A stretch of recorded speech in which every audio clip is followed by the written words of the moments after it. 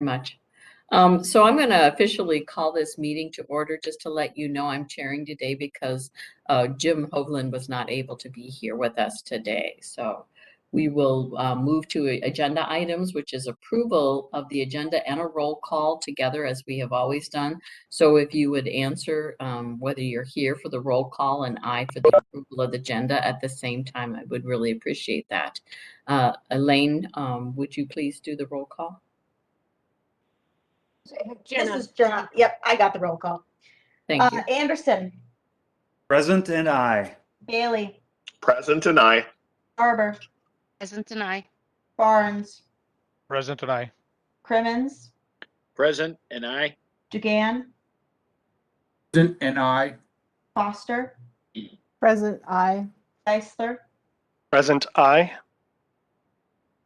Present I. Patel, obviously, sorry. Hanson. Present I. Holberg. Here, yes. Hollinshead. It looks like Rowe, you're in for Hollinshead. Is that correct? No, Is Hollinshead I'm in? here. Hollinshead's in. Okay, thank Present you. and I. Jalali. Let's see. Robertson in for Jepson. Present and I. Thank you. Karwoski. Or Wayne Johnson. Are you here? Okay. Healy. Here, present I. Koski. Here. Enter your vote. Oh, I. Thank you. Lewis. Present and I. Lindeke. Or Watson. Okay. Look. Watson is here. Here and I. Thank you. Matt Look. Okay. Maluchnik. Martinson. Present I. Metis Castillo. Present and I. Naryanin. Present and I. Petrick. Present and I. Schember. Present and I. Stephenson. Ulrich. Here and I. Williams. Here and I. Windshuttle. Here, I. Workman. Or Uderman in for Workman. Okay, sounds good. Okay. Thank you. Thank you, everyone, for showing up on this very beautiful day. The next item on the agenda is the public forum. It's an invitation for the public to address the board, but my understanding is there is no one for the public forum. So we will move on to reports. The first reports is Jim Hovland usually does a chair's report. I don't have anything from the chair at this time. He didn't have any conversation. So look forward to hearing from the chair and his report next month when he comes back. So we'll start with the agency reports. MnDOT, what do we have from our wonderful folks at MnDOT? Yeah, well, thanks, Madam Chair. Here, just a couple items. One, I think the signing of the federal funding is a big thing with the president signing that, but I won't cover much there since we are going to have it on the agenda, so we'll have a chance to talk about the IIJA here today. So that'll be good with that. Again, we'll be having our construction kickoff and information going out here in not too many weeks from now, so we're getting ready for the season just in general. So guys, I do usually a quick update. You know, our bids have been on the bigger projects been still coming in and pretty good. Smaller ones are a little higher overall. We're seeing about 10% higher when you put them all together. So again, small projects coming in higher, bigger ones better than what we were kind of anticipating. So overall, it's still going along pretty good with that.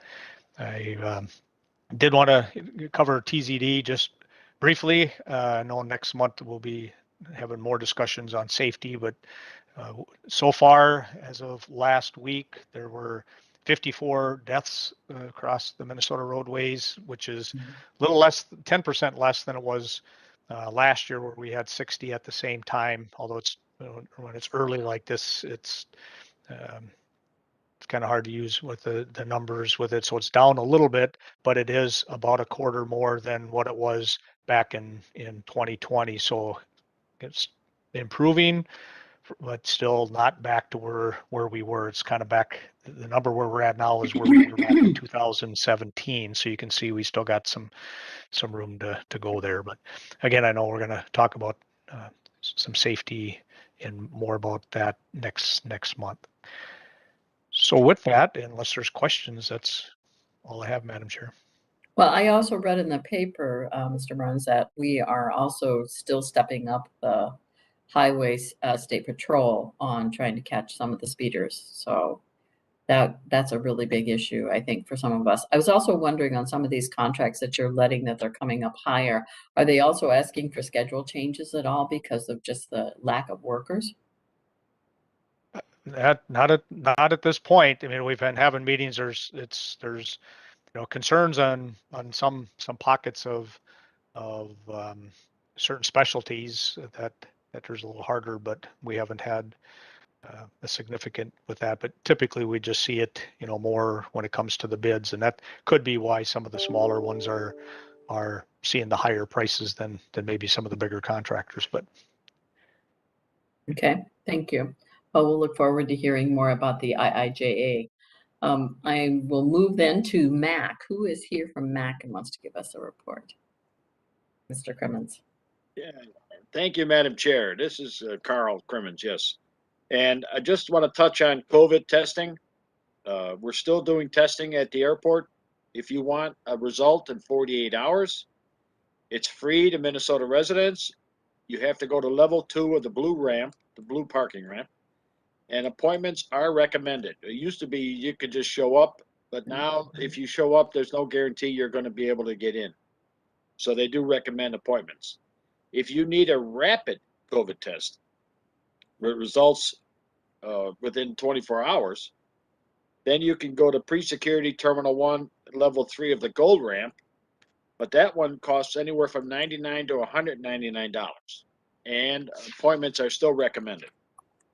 Then the passenger levels in December of 21, which where our latest numbers are, we're 110% over 2020.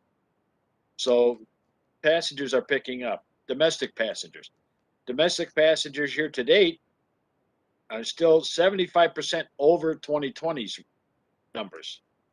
And international in December, which is a great improvement, was 213% over 2020's December.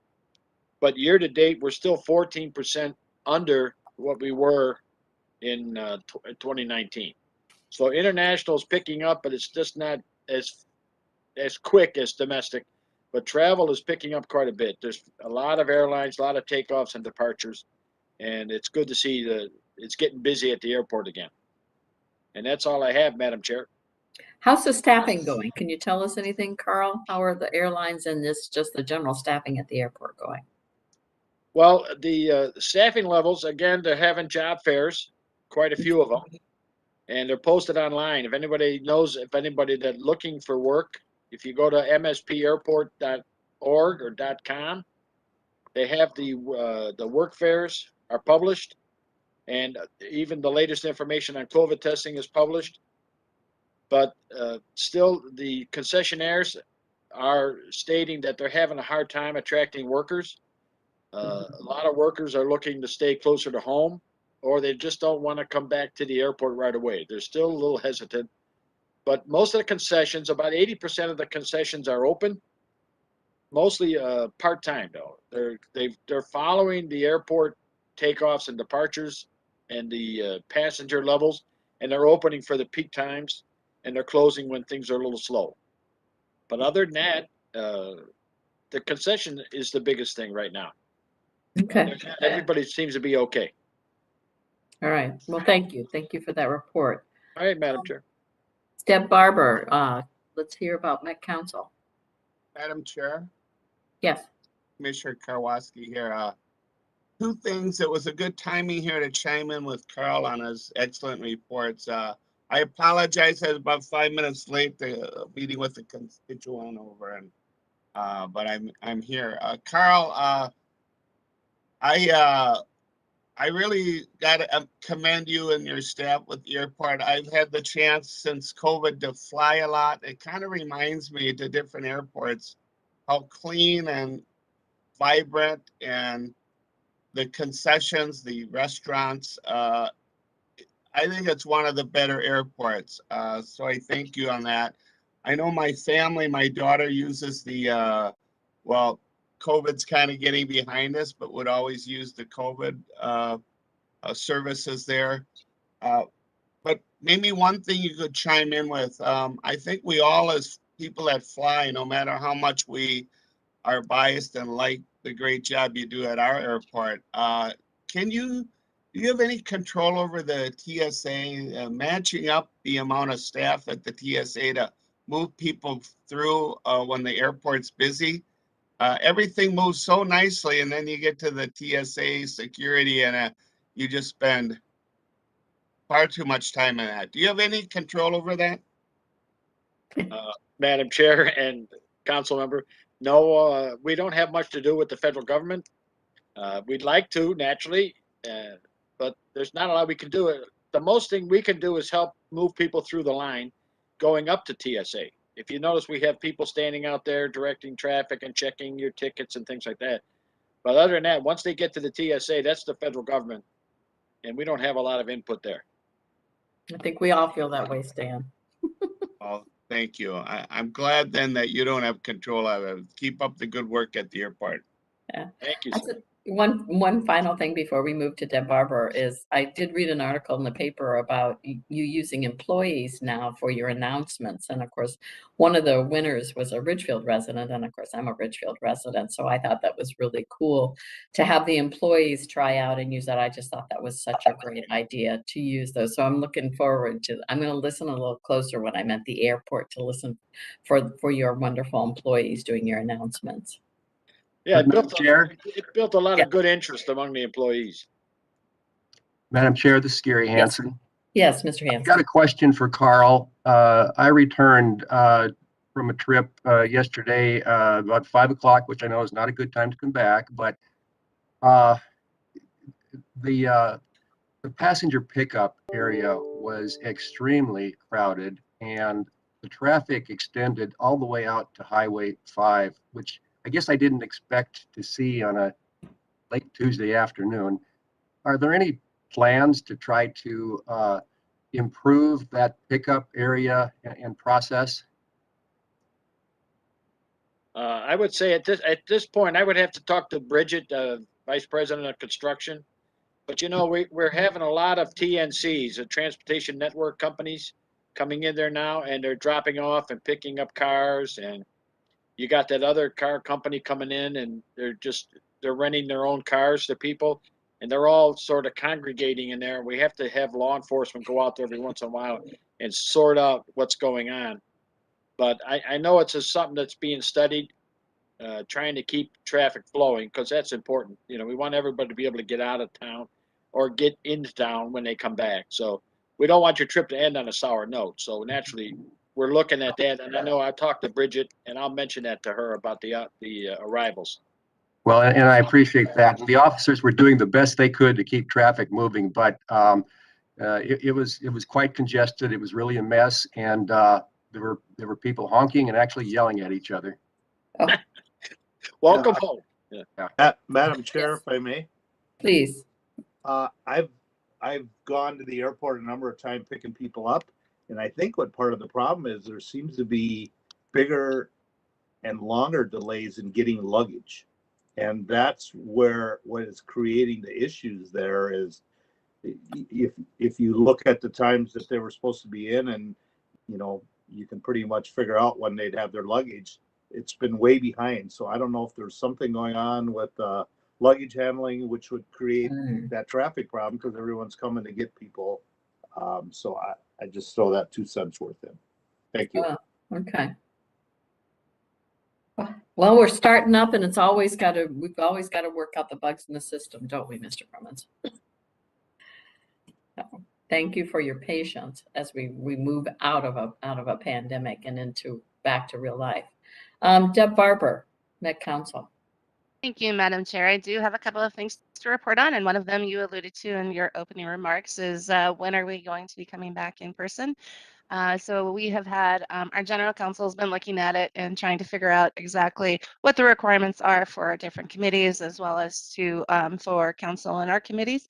And right now the plan is, and obviously all subject to change. There's nothing official been released yet, but we're looking at council at going back in person the last week of April, which would put the next time TAB will be in person for our May meeting. So there are a lot of questions as to whether we can have hybrid meetings. There are some challenges with that as our legal counsel has looked into it because we are subject to open meeting law. So the requirements for us to be able to do anything hybrid is that all members of the body, wherever they're physically located, must be able to hear and see one another and hear and see all the discussion and testimony presented. Members of the public at the regular meeting location must be able to hear and see all of the discussion and testimony and all the votes. At least one member of the body must be physically present at the regular meeting location. All voting would need to be continued to be done by roll call, and meeting notices must provide notice of the regular meeting location and identify the locations from which members will participate remotely. And each location at which a member is present must be open and accessible to the public. So as you can see, there's some significant challenges to being hybrid. It doesn't mean that we aren't looking into it and building in some technology options. I don't know that we have all the solutions, but especially just the fact that no matter where we are, we have to post where we are. And that would have to go in the regular meeting notices. As we get more guidance from our legal counsel and this all gets formalized, we'll make sure that Elaine gets it out to everybody. But like I said, I think right now really look at towards that next or the meeting in May as the next time that will likely be in person. The second thing I wanted to report on is one of the things that we've had come through this body was the TPP plan amendment. And I wanted to let you know that that has both moved through Transportation Committee and the full council last week. So the TPP amendment is in place, and that is the amendment that revised the arterial bus rapid transit network and added the 6 freight projects. The other last thing I wanted to report on is the work that we're really working on right now for the regional development guide, which is something that's outlined in statute that we have to do. That's our Thrive 2040, which whatever it will be for the 2050 version. I want to thank a number of you for participating in some of the early scenario planning workshops, because what we're doing is we're really in the visioning and values section phase of this. We've recently had a presentation at our committee of the whole about the process going forward. There will be additional opportunities to participate, even if you didn't participate in the early rounds, but it's really kind of outlining that overall framework of what are the values and the visions that we see going forward. And those will be eventually translated into the goals and outcomes and then into the policies. We will continue definitely to reach out to this group and to probably other organizations, whether it's the cities themselves or counties, to look for input, but it's a good opportunity to really engage. So again, appreciate all the comments and participation so far, and I look forward to all of you continuing to contribute to that process. And that's all I have today, Madam Chair. Thank you. Thank you. And I'm glad you got the heads up about when we're going to meet in person. And I know it's still tentative. So I think very tentative. Yeah. Yes. And also too, we are still juggling with that whole thing about in-person meeting and hybrid and what the law really says, because putting everybody's personal addresses out there is not appropriate, and allowing anybody to come into your home, especially we still have a pandemic and everything. And I know that different places are interpreting that differently. So it would be nice if the legislature would define that further for us and move into the 21st century where people do hybrid meetings. I think for some of my colleagues here, it would be easier for them to attend if they could do that. Absolutely. From time to time. So I'm hopeful, cross your fingers, that we'll be able to move into a solution that makes sure everybody has that ability to participate. So. Yes, and if the legislature does act, definitely we'll make sure that, any guidance that would get revised would get out to this group as soon as possible, because we do have to factor in different travel patterns and things like that, which we haven't had to think about for a couple of years. So, I think it's very important for us to be a little on our toes and see what the legislature does. And hopefully they open it to make it a little more, provide more accessibility to more people. Yeah. Mr. Geisler, you have a question. Thank you, Madam Chair. Member Barber, I would just like to express that, if we can find some way to continue to at least broadcast or record these, a lot of the folks that I have talked to have loved the ability to, say, skip to the YouTube video at 1 hour, 14 minutes to see this chunk of presentation that's relevant to them. It's been very helpful for not only citizen members, but also cities that I've worked with, or even like some of the DEI presentations of sharing those around with peers and professionals. It's a great use. I mean, even if we don't have members participating remotely, that has been a huge benefit from this and from how we're doing this. So if we could just continue to include that, that would be a great boon, I think. We always have always had posted for a number of bodies, which I believe TAB included, live video and video archives. But I think people are more aware of it now. I know we do that for council meetings, but I think more people are aware of how to access that because we've had to. So I see Elaine has her hand up. She may have a comment. Yes, prior to the pandemic, the TAB meetings were not streamed, but they will continue after. Thank you. Oh, that's wonderful to hear. Great. Other questions? I don't see any. We're going to also hear from the STA, the Suburban Transit Authority, if somebody is here from that organization to speak. I have my hand up. Oops, this Mr. Keeley. Thank you, Madam Chair. Well, first off, I want to thank the group for indulging. We had brought up the idea of having the STA provide an update and felt that with the SDA representing a good chunk of the suburban area, and even though we are clearly dwarfed by the size of Met Transit, and we recognize that, we are obviously providing transit services to many suburbs, 12 cities, and we represent 19% of the metro area population with a lot of growth. So we felt it was worthy, and I appreciate your indulgence, and thank you especially to Ms. Barber for supporting this idea and allowing us to tell our story. And so with that, I'm going to I did prepare some comments that represent all of the carriers in general. I try to consolidate where possible to make this as quick as possible, but it's the first one ever, so indulge me if you would for a couple extra minutes.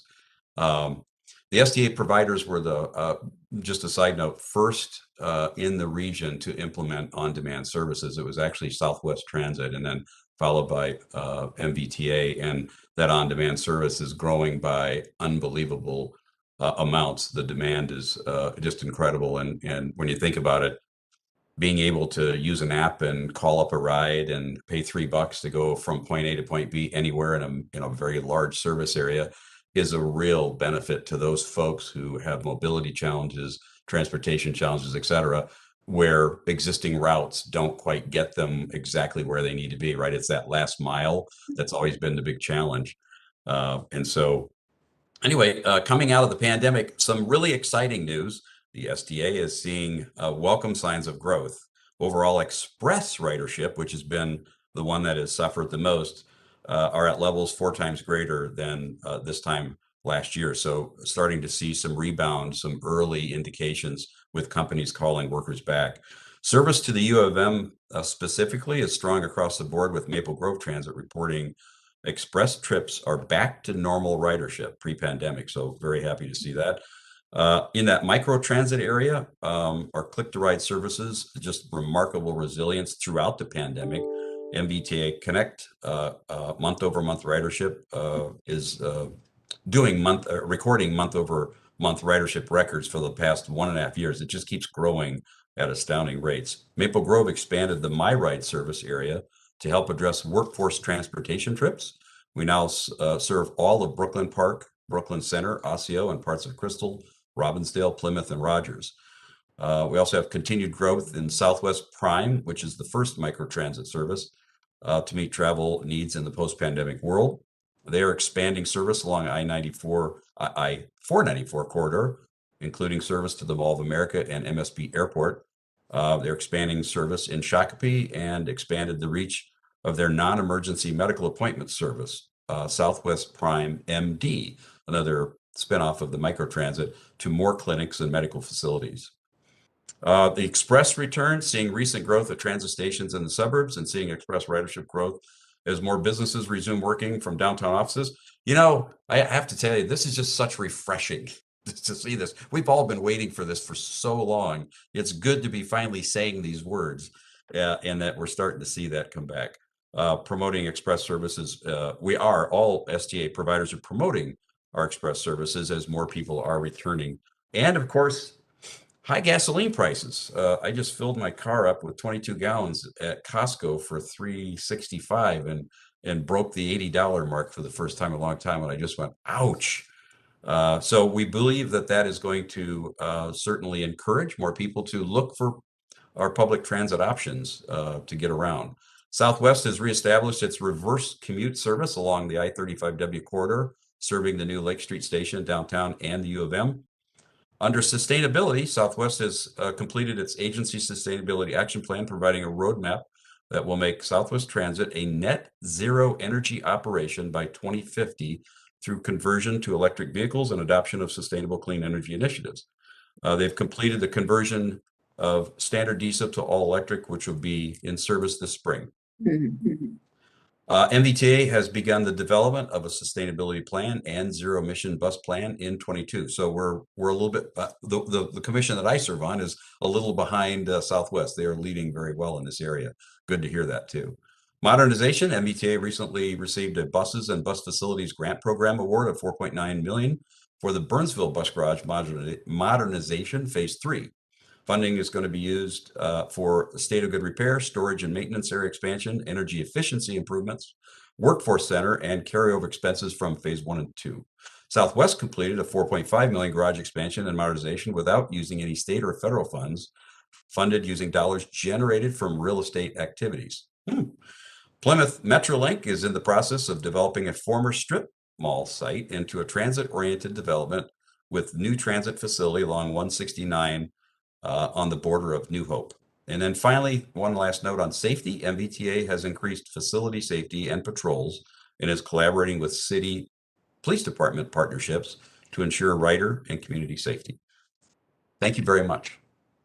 That was a lot. Thank you. That's very nice. It was the first one, so I appreciate it indulging a few extra minutes. I'm sure they'll get shorter as time goes on, but I appreciate everyone's attention and really the opportunity to allow STA to partner with our friends in Met Transit and Ms. Barber to provide the transit reporting.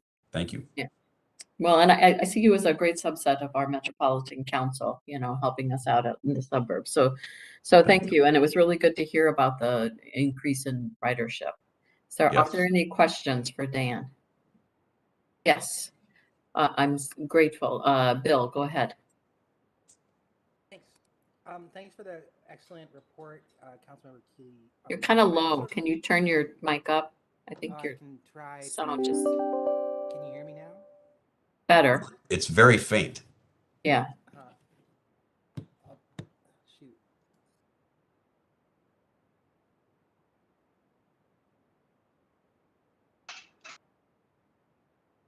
I would be interested in seeing more data about all the stuff you're talking about. I've been trying to watch the transit mode share and ridership data for the Metro Transit routes, and so I'd be curious to see how many rides, how many on-demand rides are there, and are they growing, and what the numbers are. So I just request in future presentations if you could bring some graphs or something, just some numbers about ridership. Specifically, I'd be interested to see how much ridership has recovered to pre-pandemic levels for different parts of the system.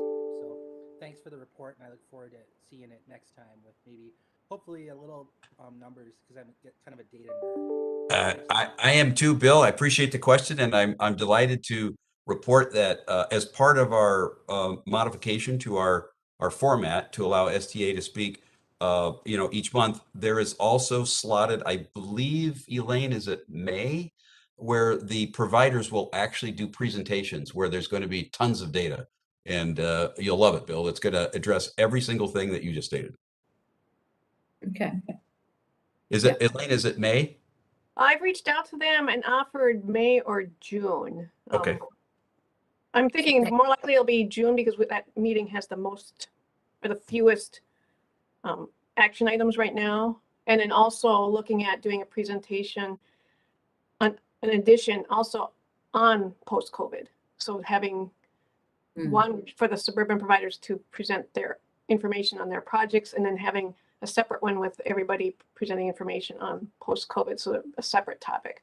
Great. Well, Bill, I won't make you wait that long. I will gather some data related to those key points. We have it clearly, and I'm happy to share it. Thank you. And maybe in the future, Dan, it'll be up on some websites as you modernize even further, as people want to look at that. Yes. That'd be great. Thank you very much. Appreciate that. The next item on the agenda is actually the TAC report, but I am told, John, I talked to John earlier today.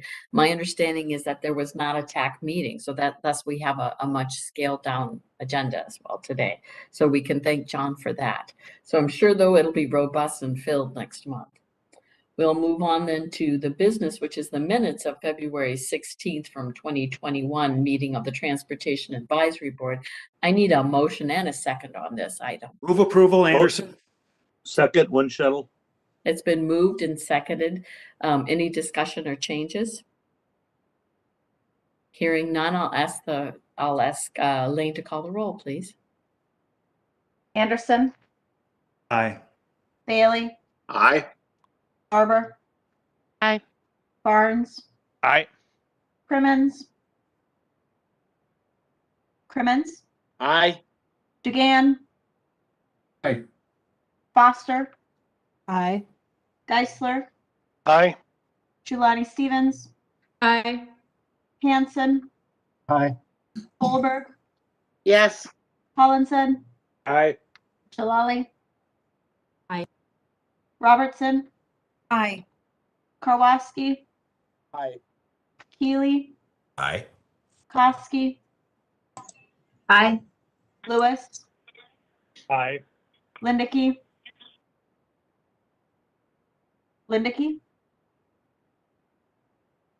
I thought I saw you. Oh, yeah, I see you. Okay. Yes. Look, Aye. Moraston for Maluchnik, Aye. Martinson, Aye. Metis Castillo, Aye. Naryanin, Aye. Dietrich, Aye. Schember, Aye. Ulrich, Aye. Williams, Aye. Windshuttle, Aye. and Workman. Did I hear from, oh, Workman's not here. Okay, that passes unanimously from everyone. Thank you, folks. We're going to move on to the information section. This is where we'll at least have some opportunity to have some great presentations and then do some questions. So we'll save the questions for after each presentation. The first presentation under the information is going to be on the mobility planning guide. And this is Meredith Klekata, I believe, if I'm saying that correctly. If not, please pronounce it for us so we get this. From Metro Transit. Would you please come on the screen and introduce yourself? Yes, thank you, Madam Chair and committee members. My name is Meredith Klekatka. I am the Shared Mobility Program Manager for Metro Transit. And I am excited to be here today to talk to you all about this project we've been working on with Met Council over the past year. It is called the Mobility Hub Guidebook. Go ahead and advance. So many of you have probably been introduced to mobility hubs either through the regional solicitation process or in person at a pilot site. For example, in Minneapolis, you see a picture at the bottom left of your screen there. But the concept has really taken off over the past few years, and it became clear back in 2019 that there was a need for some additional guidance and consistency to assist implementers and really help realize the full potential for these mobility hub spaces. And so that is sort of the basis for this project. Next slide. So we set out to fill that need identified by stakeholders. We wanted a final product that set some regionally significant hubs, helped planners really with the nitty-gritty details of implementation of these hubs. And so it was kind of addressing that problem you see there. There wasn't consistency across the region in how people were designing or identifying these hubs. So next slide. And we have recently completed the final product. This is kind of a comprehensive list that you see there of all of the different parts of the guidebook. So it has everything from the kit of parts to a regional project list. But we really, there's a lot of information there. I think it's about 120 pages in the end. So we broke it down into 3 different modules really to make it very user-friendly. So this is kind of the overall structure. Module 1 is how to plan for hubs. The second is how to design. And the third is really implementation focused. So how do people make it happen in their community? Next slide. So again, this is designed so you don't necessarily have to read the whole guidebook like I would say more traditional plan. This is the audiences that we had in mind. Many of the types of users we saw interested in the hubs. So both from, let's say, the community advocate perspective, all the way down to county planner, transit planner, et cetera. So these were kind of the characters, if you will, that we had in mind as we were crafting the guidebook. So definitely you can go in kind of on an a la carte basis and wherever you are in the process of planning mobility hubs and use the guidebook to the best potential. So next slide, please. As part of the planning process, we did some outreach and engagement. As I said, this is really kind of more of a planning guide. So there wasn't traditional public engagement that you would see for a normal transportation plan.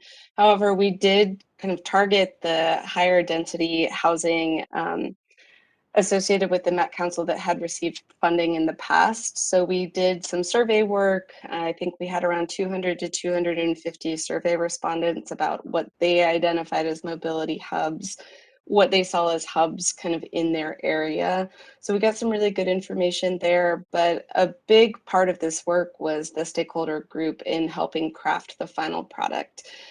It started, I'm going to be totally honest, I think with 20 organizations, and it quickly grew to about 35 to 40 individuals. I think this is indicative of the level of regional interest in these type of projects. So you see kind of a comprehensive stakeholder list there to the right. So these organizations were really helping us with those 3 topic areas you see there. The siting and screening, the different types of hubs, so assigning different hub types. The urban core is very different than a suburban mobility hub, for example, and so defining those, and then implementation and prioritization of the regionally significant hubs. Next slide, please. So just some definition setting. Next slide. Mobility hubs. So at its core, these are places where people can connect with multiple modes of transportation in a safe and comfortable environment. These are reliable places where you can access a number of different modes. This is not a definition that we set through the planning process. This was actually a definition set by the Regional Shared Mobility Collaborative, had a mobility hub subcommittee that kind of defined mobility hubs regionally. And so this was the basis for the work here. Next slide. So the important step of citing and prioritizing these hubs. There are lots of places that could be considered mobility hubs in the region, as you can imagine, with a region of this size.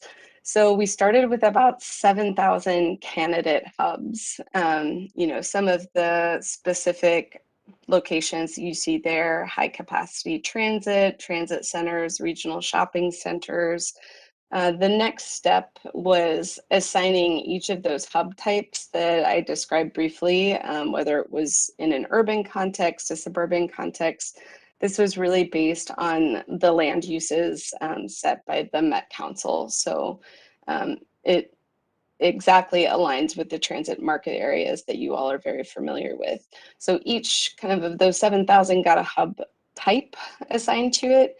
And then the next step was scoring and prioritizing. And the way we did scoring was aligned exactly with the feedback that we got from stakeholders on what we wanted the outcomes for mobility hubs to be for this region. I will talk about those in depth, those kind of 5 pieces that you see in the graphic there later. But connections was at the core of the outcomes there. And then the last step, we included some overlays with different consideration that local planners might want to emphasize in their kind of specific context, let's say. So if one of the hubs that they see as like locally important didn't maybe make the regional consideration, they have some overlays that they can turn on and off to assist in that planning process. Next slide, please. So I know this is a very small map. This was the kind of starting with the 7,000 access points, potential hubs. We narrowed it down to about 400 hub locations, and then we selected 50 priority locations. They are equally spaced based on essentially land use, so different hub types. But we will be publishing a map where everyone can see and kind of interact with what some of those potential hubs might be. Next slide. So I'll talk a little bit about the structure of the document. So this first section of how do you plan mobility hubs? Next slide. We started with the kind of guiding outcomes of Thrive 2040, alignment with regional goals. Then we set some specific objectives for hub with the stakeholder group. So some of these were regional, like overall connectivity for the region, but there was a recognition that there might be locally specific outcomes or objectives that people want to see. For example, equity outcomes or neighborhood enhancements that we included as part of the overall outcomes. And that really led to how we prioritized, how we set the hierarchies for access, how different modes got identified as good candidates for different land uses. So next slide. So these were the outcomes and objectives set by that stakeholder group. And this really determined the weighting for the regional selection of hubs. So connecting the region, increasing travel safety, and expanding and integrating multimodal travel options, which is really at the core of what mobility hubs are. And then you see the local outcomes down there, advancing equity and enhancement of neighborhoods. That was also part of the weighting criteria. Next slide, please. So some of the structural questions that planners or community advocates might ask as they go to create these hub spaces, we laid out here in these. I won't go over all 8, don't worry, but I picked 2 that might be of interest. So the first one is really how do you configure your mobility hub? You see on the map at the right there 2 examples of how you might design or configure these hubs. One is kind of a fully integrated regional hub that's a bit larger. You see it taking up almost a city block there. The other is a more dispersed hub. So having smaller kind of multimodal amenities spread out over a certain area where people can access them consistently. And this example to the right here is really how Minneapolis has actually approached their mobility hub pilot, focusing on kind of neighborhood access point as opposed to larger regional hubs. Next slide. So this is another example of the guidance in the guidebook. These are how do you prioritize which modes get, you know, kind of first level access in these spaces. What do you want to emphasize? What is the highest demand where you are? Do you want to emphasize your active modes like bike share, for example, or bike parking? Or are you really looking at some of those microtransit options like Southwest Prime, where you want to have really close drop-off locations to kind of transit hub there? So next slide. The second module is design. Next slide, please. So this is kind of all the amenities that you see in Module 2. This is the kit of parts that folks can choose from as they're designing their own mobility hubs, like that are context specific. So, you know, as you can all imagine, mobility hubs have lots of different elements. I know I heard a microtransit update where you can book the rides through the app. So there's definitely that technology and information element in hubs.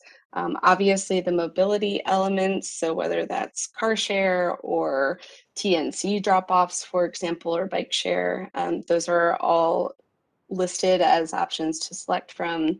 But also importantly is place-based amenities and cultural assets.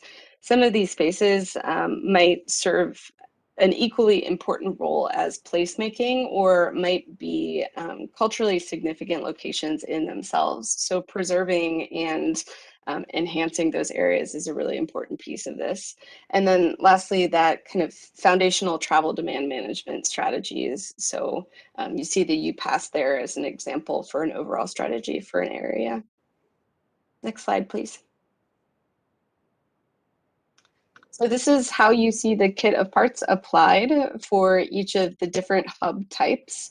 They have kind of a recommended set, you know, this is a go-ahead, you definitely should include this, or, you know, this probably isn't appropriate. You might be really hard pressed to put micromobility in all of these hubs, right? It definitely requires some level of density and some level of demand over there. So that is what this guidance is about. Next slide, please. So this is a series of steps as people kind of decide their space needs within the hubs, determining where do you want mobility options, what might the mix be, how do you prioritize, and then really how does that play out in the physical space.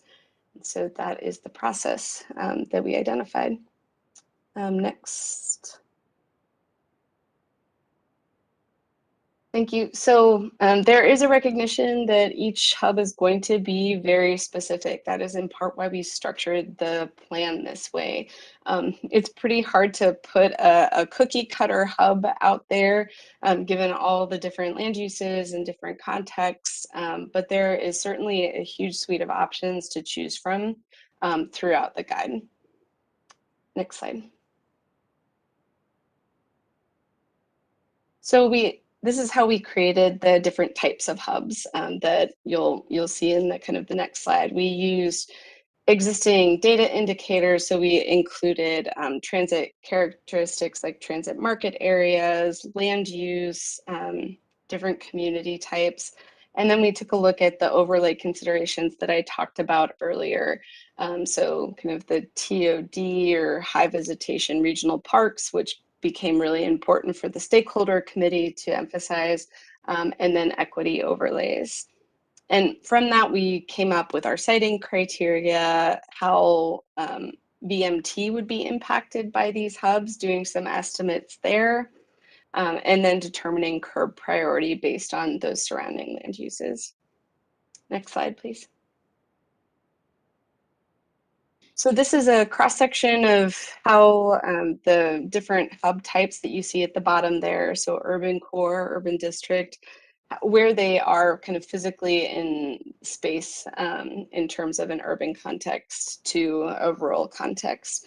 So you see some of the zone 3 residential with some commercial districts might be a suburban district or an edge district, and that will really determine what kind of modes are feasible in the hubs that are located in those destinations.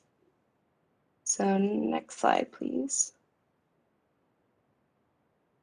And this is just an aerial demonstration of what the density of those different urban districts might look like.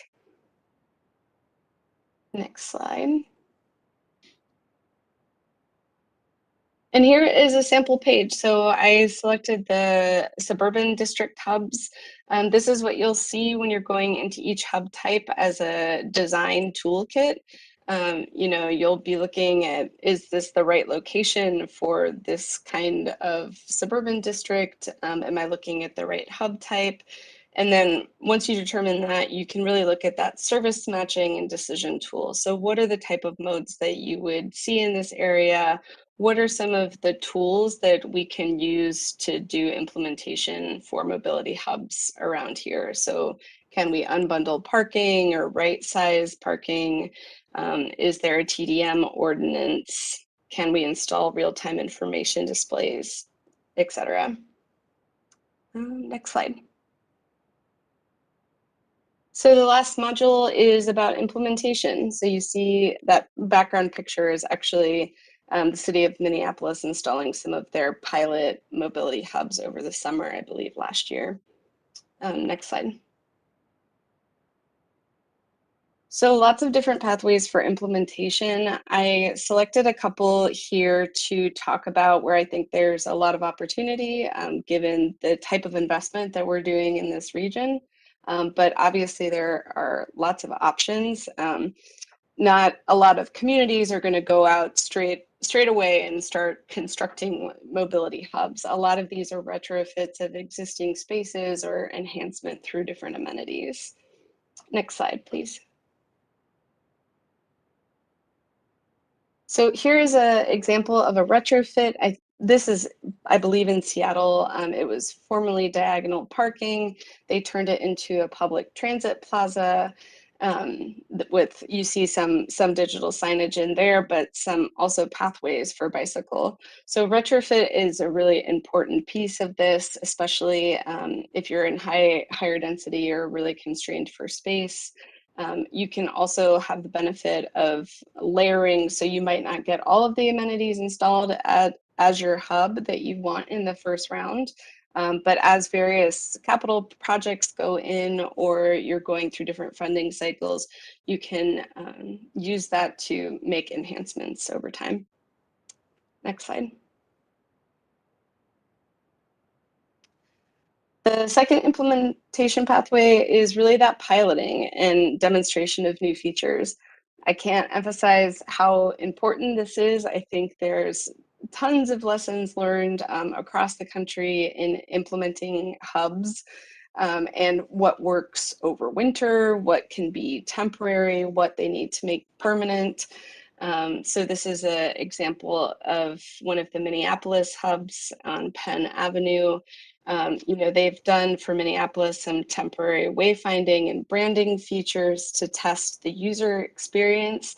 But this is also an opportunity to get feedback from the people who are interacting with the space or who are using the space to travel. So this is a really important piece. Next slide, please. Another option is integration into existing projects and developments. This is not a local example. This is another national example. But certainly there is a lot of transit capital projects or regional development projects that are happening in the metro, and thinking about those opportunities for, you know, how are we thinking about multimodal options, and are we do we have the appropriate amenities to support that type of travel? So if it's next to a bikeway or an urban trail, for example, are we making accommodations for parking or for future bike share growth, for example? Next slide, please. So next steps and implementation, we are looking at potentially doing a future mobility hub workshop based on demand for the information. And then I'll be working on a narrated presentation or training that we can put up on the website. And we are looking to update that project list about in a 2 to 4 year cycle. Next steps for the actual final product for the guidebook. We are undergoing stakeholder review through the end of the month and making any adjustments to the map based on feedback from our stakeholders. Then we'll make those final document modifications, and we'll close out with those 200 to 250 public the members of the public that we engage with over the course of the project and let them know that the final product is out. And then we will publish it. So it'll be publicly available on the MTS website, and we'll get out some info items and newsletters to send to get the word out. So with that, I am happy to take any questions, and I want to thank you on behalf of the project team. Thank you. This was really great, very comprehensive, and I'm looking forward. And for those of you who already asked, somebody asked the question, where is the guide?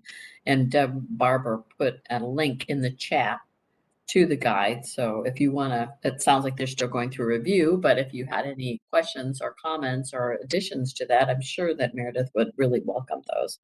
And then I saw that Dan Keeley had a question in the chat that I thought was worth asking. Go ahead, Dan. And then I'll Thank you, go Madam to somebody Chair. else. Yeah, unmute first.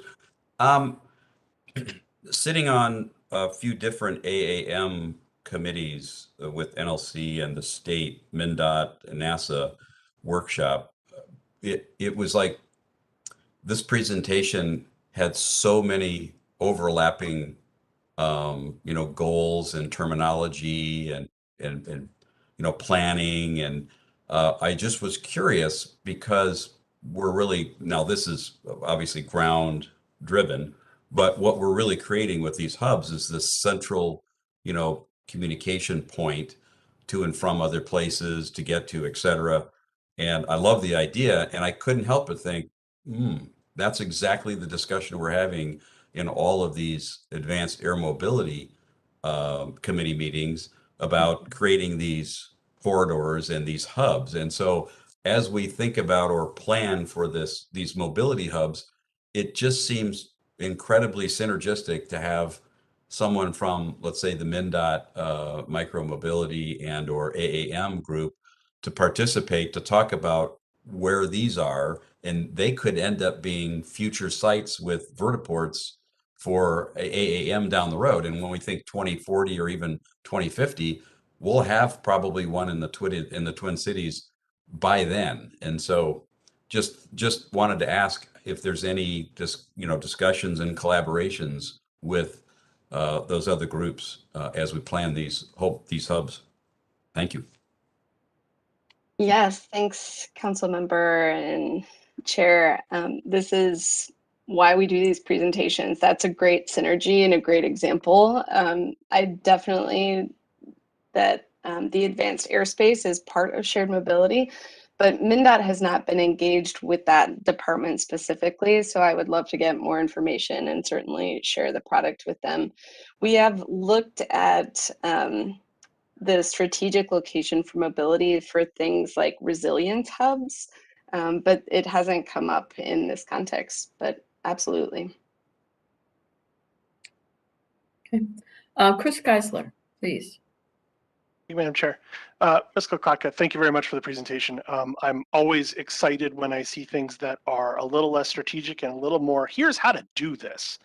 So I really applaud you guys for getting down to this, especially with the toolkit kind of approach, which can really help, maybe engineers or planners who haven't ever considered about using various other modes in certain ways, or where they're aware of one thing or maybe two things, but not all 10. So I'm really excited to see this kind of toolkit come out. And I really wanted to also thank you very much for it's a small bullet, but I think it's a big bullet, is the area plans, PUD, neighborhood master plans. There's a huge piece of land use that comes into this concept. And especially, I know in my area, we're looking at a lot of our retail areas have been overly asphalted, as in the parking requirements were a little too high relative to what the actual use and intensity was. And those are places where we're starting to look at and say, hey, we're going to plop down 3 more commercial businesses. Well, could you put a mobility hub in the center of your giant shopping mall that's being revamped, or those centers, places like that? So I really think this is the right time for this kind of toolkit to come out. And I think it's a great time to get it, down to those city engineers. It doesn't even necessarily need to be, at a county or at a high level, that you can get some tactics going on there, even just to allow some basic stuff like, hey, take the bus to your area here, grab a rental bike, cruise around your shopping center, drop your bike off, hop on the bus, go home. Because we've got some of those washing centers. So I really appreciate you guys putting this together. I think it's well thought out. It's going to be operational.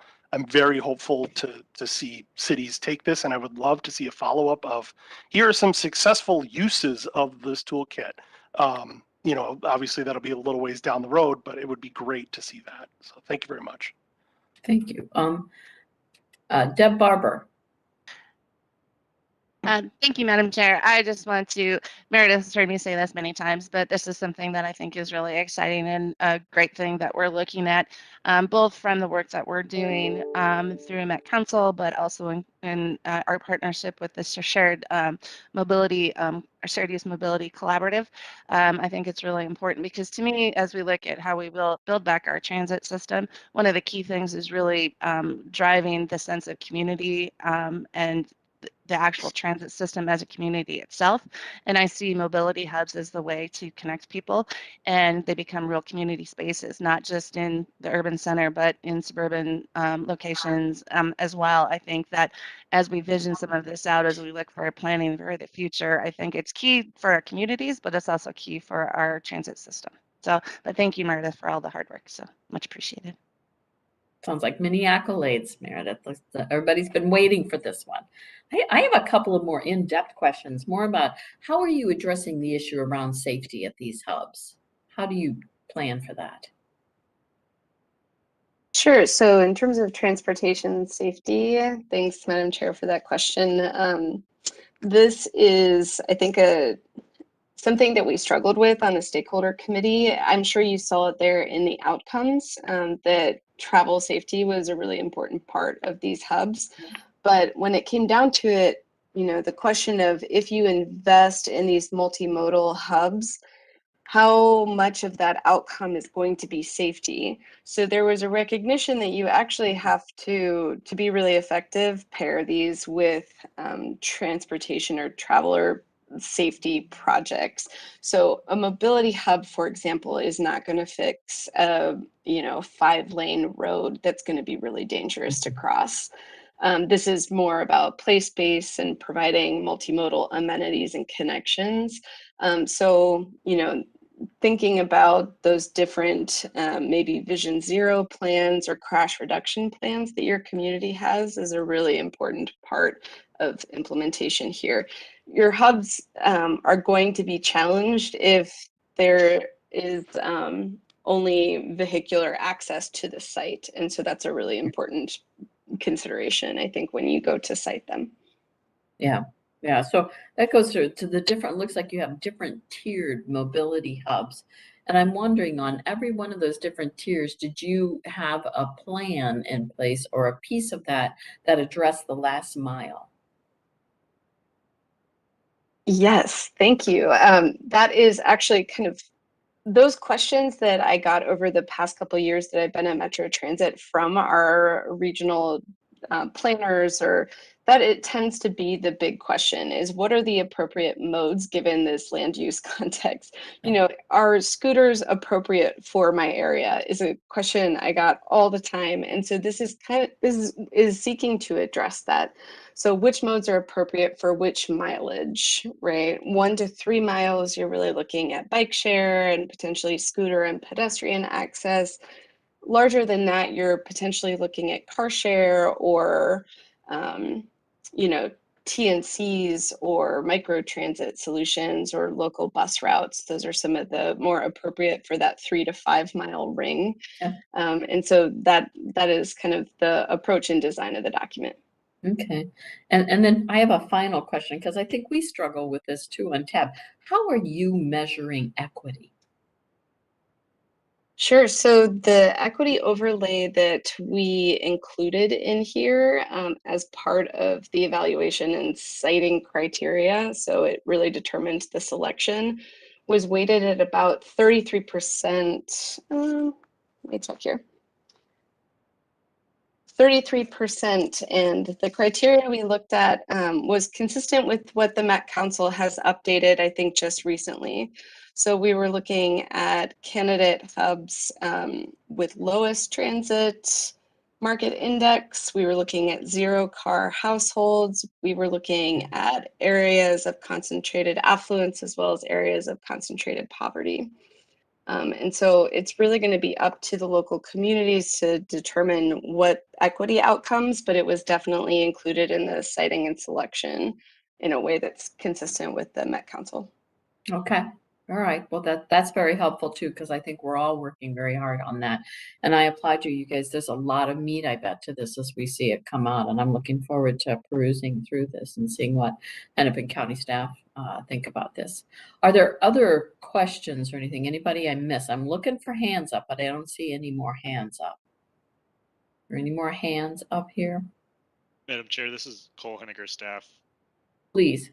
I was part of the project management team, and I just wanted to maybe reiterate a point that Meredith made, that we've heard a lot over the years that some of our studies aren't as context sensitive as they need to be to make it applicable to the whole region.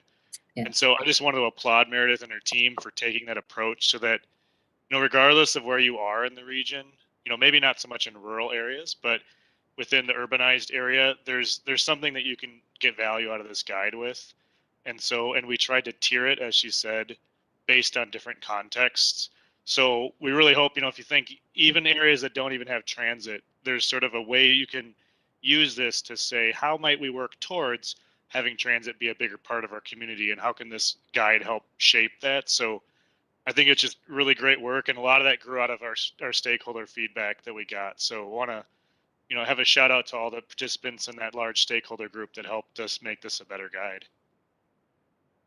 Yeah, I can see this working in Mankato and Alexandria and Duluth and places like this where, you need a microcosm of that too. It's not the metro area, but they also need transit too. So I can see this working there. So this is a really comprehensive guide, and I look forward to taking time to read it. So virtual clap for Meredith from everybody, right?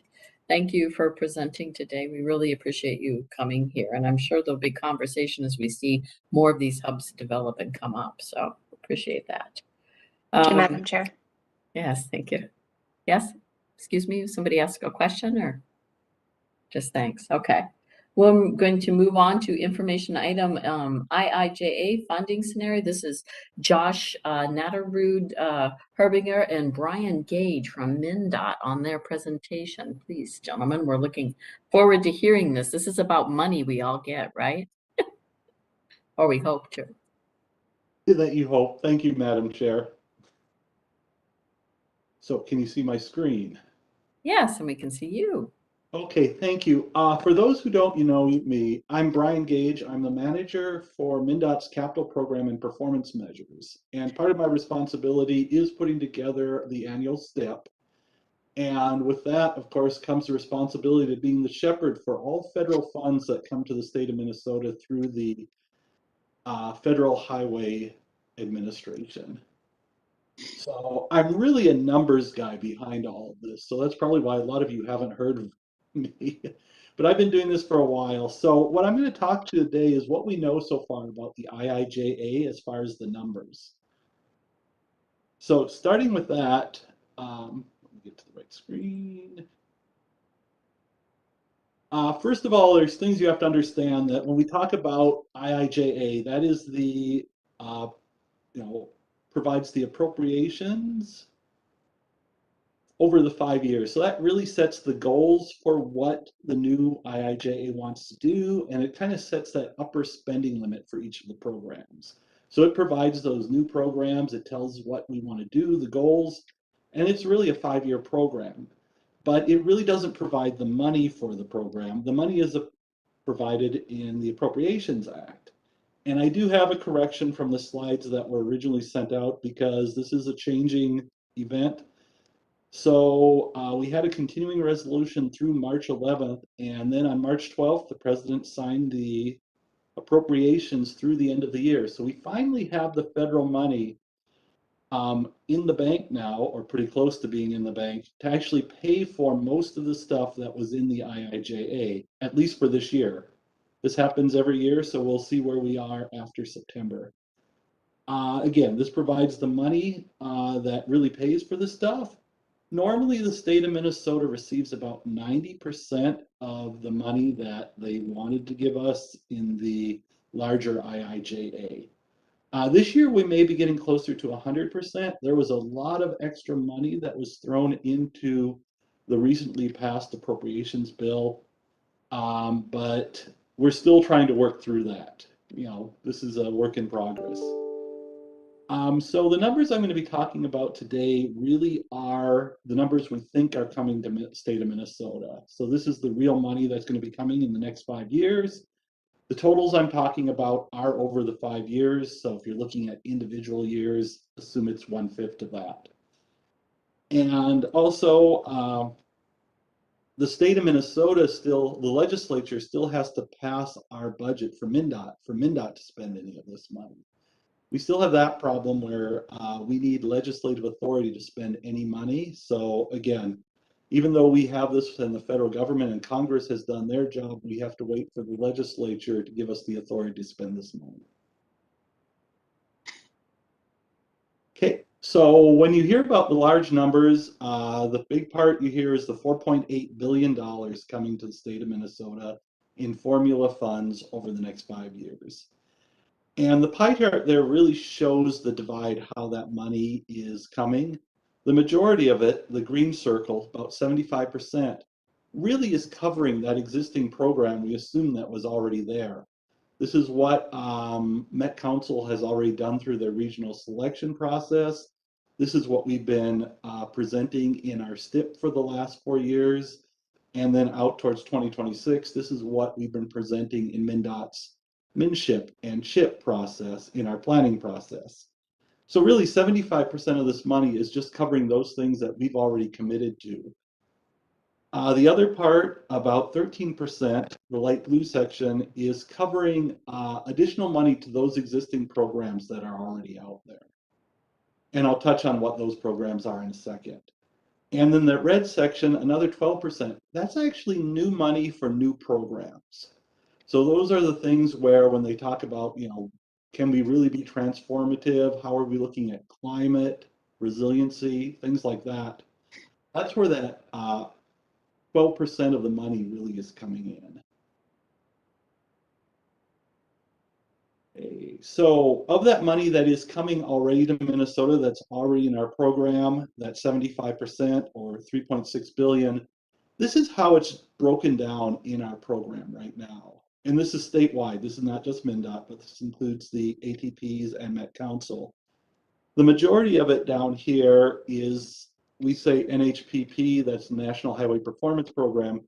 That's really the bulk of money that goes for the performance of the national highway system, which includes the interstate system. And the majority of that is really going towards preservation of that national highway system. And MnDOT is responsible for pretty much about 99% of the highway system. So that green section really comes to MnDOT to manage the national highway system. The second part, the second largest area is that blue area, the surface transportation block grant money. This really is for the rest of that federal aid system. This is both for MnDOT to do our minor arterial system that isn't on the national highway system, but also it provides the bulk of money that goes towards Met Council and our cities and counties to do those roads that are on the federal aid system. And then the yellow sliver is the CMAQ money that comes to Met Council. The red is the safety money that is distributed across the state according to where the fatalities and crashes are.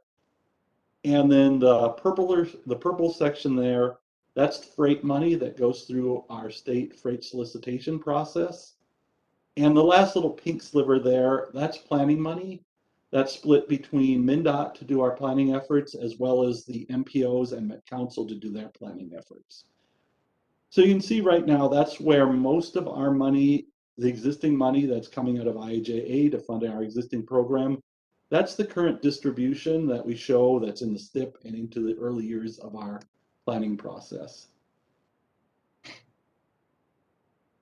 The next section is this, it says other here, but this is that additional money that's going to those existing programs.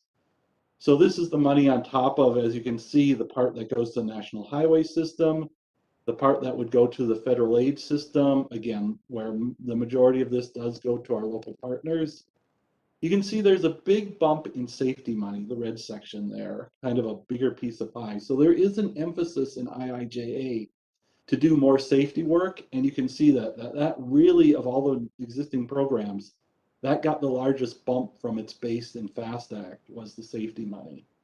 CMAQ also receives a little additional money. Note that freight money really did not receive any additional money in this. Freight pretty much kept a flat target in IIJA as it did, matching what FAST Act was. So we do not see additional freight investments specifically coming out of the freight program here. And then there's a little bump in the planning money as well. So that's the other piece of the pie. And then here's that new piece of the pie. This is at about 12% that is going to those really new programs that we're going to look at. And you can see about half of that is going to the Bridge Formula program. So that's money that the state is receiving. A portion of that needs to go to off-system bridges that are not on the federal system. So these are like local bridges or township bridges that are in poor condition. And the other potentially 85% goes to those other bridges that are on MnDOT and on the local federal aid system to really help improve our bridges out there. So again, the bulk of that new money, really half of it is going towards new bridges, so preservation. The three other programs here are the Protect program, which is providing money for climate and resiliency.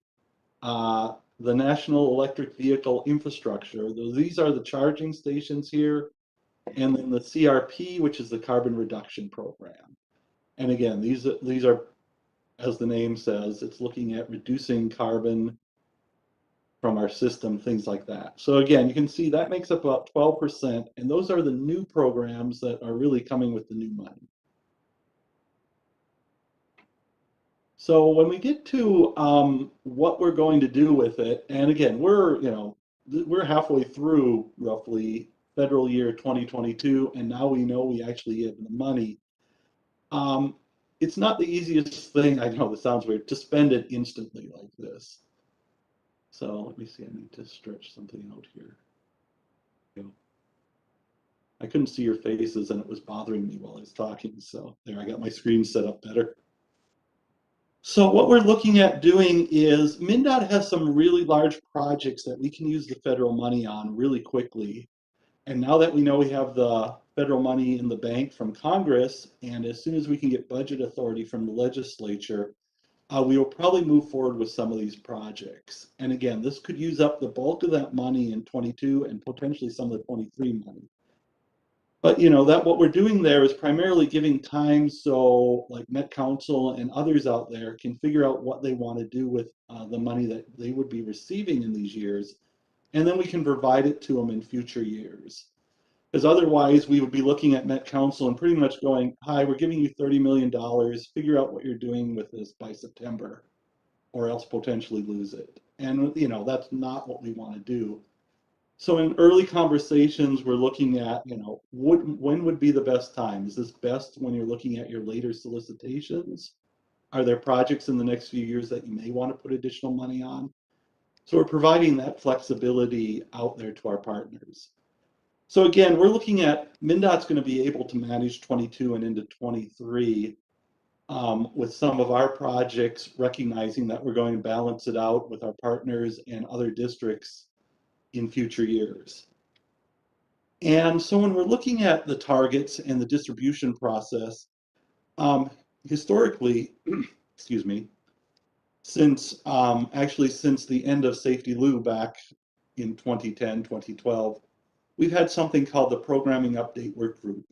And this is a representative of statewide cities, counties, MPOs, and MnDOT that would look at the Federal Act and walk through it and say, okay, how are we going to distribute this money? What's the logical process? How are we going to do this? What's a fair way of looking at the distribution? And we're going to continue that process going into the new IIJA for those existing programs. And then secondly, we're going to create something called the Climate Resiliency Work Group, which is really a parallel to the programming update work group. And that's going to look at that distribution of the electric vehicle money, the Protect Resiliency money, and the carbon reduction money. And again, these work groups don't pick projects or anything like that. The real purpose is to drive how are we distributing the federal funds kind of across the state in a fair process. So again, we have these two groups that are being kicking off in the next week or so. Excuse me 1 second. So up there on the board right now is the representatives for the metro area that are sitting on the PUW. And some of them have been on there for a while, and some of them may be new as well. So you can see we do have representation from Met Council, Metro Cities, counties, and then the Metro District itself. And then on the Climate Resiliency Work Group, you can see we also have the same groups represented. And again, like I said, our first meeting for this, now that Congress has passed the IIJA and the funding for it, is next Friday. And we're combining for the first meeting, the two groups are going to meet together. And we're really going to just kind of walk through the background of these groups, the background of the federal dollars, and the purpose of these groups to give everyone kind of a core base of what's going on. And then after that, the groups will probably diverge and go their separate ways in a sense to start looking at how are we going to look at, how we're spending our existing money. Because we know as we move forward through IIJA, we're going to get new census data. Some of the IIJA information, it broke out the surface transportation money now. So it's not just, now there's a new group out there. There's now a small MPO group out there. So we're going to have to look at that distribution. And there's also potentially that with the new census data, the Fargo-Moorhead area will be a TMA now, and will be in the 200,000 and greater. So they'll be part sharing that money that currently was just going to Met Council. So again, these are some of those items that the PUW works at, looking at the existing money. They will also look at that new money on top of the existing money that's within those programs and how we should look at the distribution of those. And then the other one, the CRW, they'll look at that distribution of those new programs. So what I have on the board is, this is really rough. What it shows you is kind of just a rough idea that if we look at how the existing money is distributed and how we historically have distributed the money, what Met Council and the Metro District could potentially see in the next few years. And this is, again, a 5-year total. The two columns up there are metro area, and I do not show the rest of the ATPs or districts across the state as well. So when you see statewide, that's not the rest going to the whole other state. These are just programs that we haven't figured out how to distribute it yet. So in the case of this, that 11.4 million, we know we're going to be spending it on off-system bridges. We just don't know where they're being spent yet. So there's a potential that statewide money, some of it or a large share of it being spent in the metro area. So again, so over the next 5 years under IIJA, you can see that there's probably about $150 million of additional new money coming to the metro area, to Met Council itself, which could include potentially part of the carbon reduction and protect money. And then on the other side, on the right side, this shows how much could be coming to MnDOT in that area. This is somewhat not fully fleshed out because, again, we're showing at least 100 million coming, but there's a bulk of money here, about 260 million in our national highway system, the NHS money, that we don't know how that's being distributed yet. We know it's going to go where the needs are for pavement and bridge, but we haven't looked at where that is yet. So there's probably a fair amount of that money that could also come to the metro area.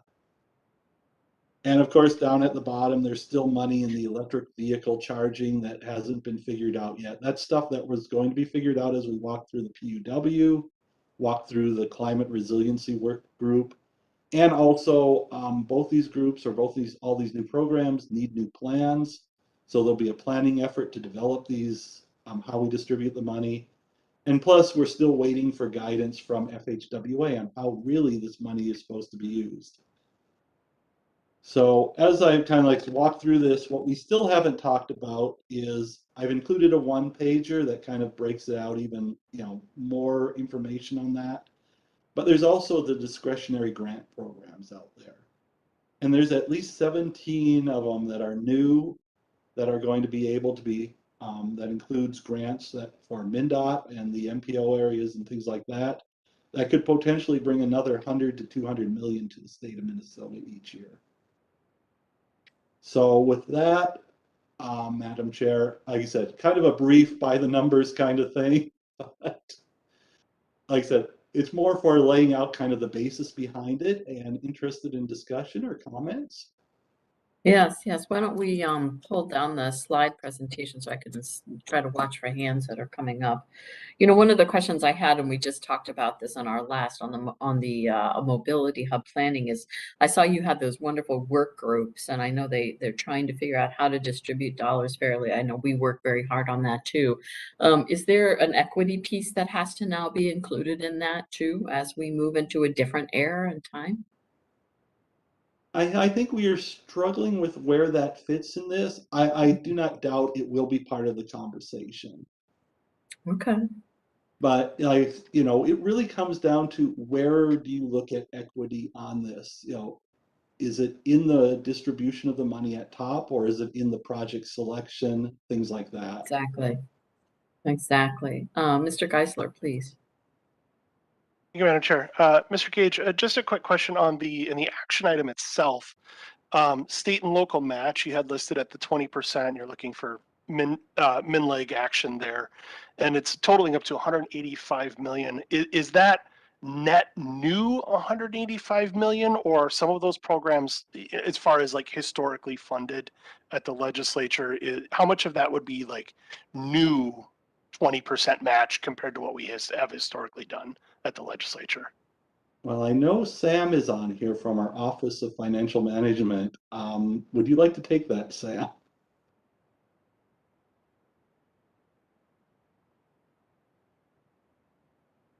Good afternoon. Yes, Sam Brown with the Office of Finance, interim budget director for MnDOT.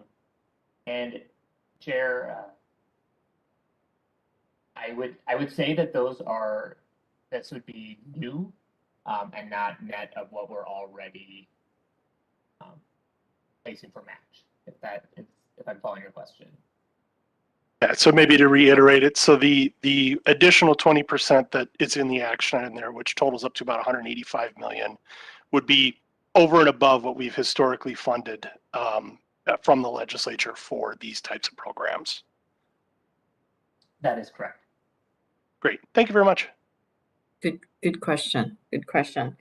So, and I'm going to go back just to the waiting for the FHWA guidance.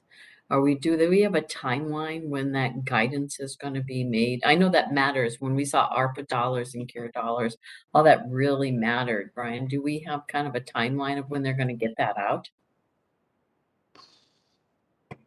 We do not for some of the rules and regulations for the planning efforts for like National Electric Vehicles, the Protect program, and the Carbon program.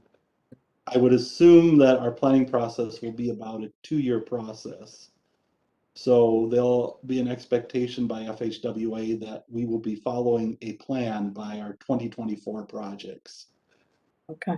I think the focus right now is with the passage of the appropriations. Everyone's excited about all the new grant applications that are about to happen. So that's what we're hearing is that, oh yeah, you can expect like in the next month, you'll see 3 new discretionary grants. The notice of funding opportunities come out for those. Yeah, that looks really good. Mr. Barnes. Yeah, just a couple quick items. First of all, Brian, thanks for going through that. You can all see that's why when there's been some questions, as much as Brian says was some straightforward or easy, there's a lot of information, a lot of things there, so it's can get quite complicated pretty fast out of it. So I appreciate you presenting that, and I think hopefully everybody can see that there's more to kind of work through with this. I know there was a question around the equity too, and one of the areas is that it'll definitely be there is through the grants. We're seeing it already as we're putting together, just even in just the recent where we've been successful here as a state has been able to, highlight and show where that the equity side of it. So some of the grant side of it may emphasize some of that, but we can see that there's some opportunities that are going to be there for additional funds, but also what goes with a lot of putting together packets and planning and trying to get these things in and getting that not only the matching that was just discussed, but some of these to go for the grants. It's going to be even shifting and showing the significance of where additional funding is. And what we've also seen from the other grants is you put in for it, but then when they come back, it's also not fully funding it. So they come, you put in for a certain amount, and then it comes back and they ask, can you do it with half of what you asked for? So it's kind of that back and forth too yet out of it. So some of these match funds and bringing things together is going to be really important for the available grants are going and being competitive. So again, thanks, Brian, for highlighting this. Yeah. Brian, one of the interesting parts about this that I saw was around the bridge formula projects and more dollars for bridges. And definitely, I think there isn't anyone here from a city, county, or the metro area that doesn't realize, and even our outstate, that we need more dollars for bridges. The other thing is a bump on safety. Is we've all been looking at safety numbers and the issues that we're having between crashes, but also pedestrian and bicycle accidents that have skyrocketed. So, and we're making efforts on that wherever we can. So that's very helpful too, I think. Are there other questions? Oh, excuse me, Matt Hollingshead and then Amity. Please. You're muted, Matt. Thank you, Madam Chair. I assume that we are going to, in the coming months on TAB, we're going to get a translation of this into how it affects the regional solicitation. In particular, transit mode versus road mode and bike ped and that sort of thing. Is there someone on the staff who can give us some idea of how that might be delivered to us so that we know how to translate these pie charts and numbers? I myself represent transit, so I didn't hear the word transit, so I'm wondering how this translates. Is that Thank you. Elaine or Deb Barber? Elaine popped in. I didn't raise my hand. What we will do is TAB has already approved the funding ranges for the funding. For our solicitation, all funding goes into one bucket, and then we select the projects and give them the appropriate funding. So any new funding would still be distributed in those same modal funding ranges. Okay. All right. Thank you. Thank you. Amity. Thank you, Madam Chair. That's kind of, I think my question is kind of in that same category. On the fact sheet on page 2, it says mass transit, 820 million, and then public transit formula supported funding. What is public transit formula supported funding? What does that mean? Let me get that one up. We may have to get back to you on that one. Again, my focus is really more on the federal highway part, and I may not be able to give you the good answer for that one. So. Okay. Yeah. If someone can, that'd be great. I can. Okay, we will. I can put my email in the chat. Thank you. Great idea. Matthew, are you done with your questioning, or are you back up with a different question? No, I'm fine. I didn't. I guess I should lower my hand. Are there other questions? Did I miss anybody? I'm trying to watch. Miss anybody? Oh, thank you. Thank you. Go ahead, Mayor Williams. Thank you, Madam Chair. I just had a question for Brian. I noticed in the list of some of the things that were in the list but haven't been mentioned, and I'm wondering what passenger rail means when they have that in a couple categories.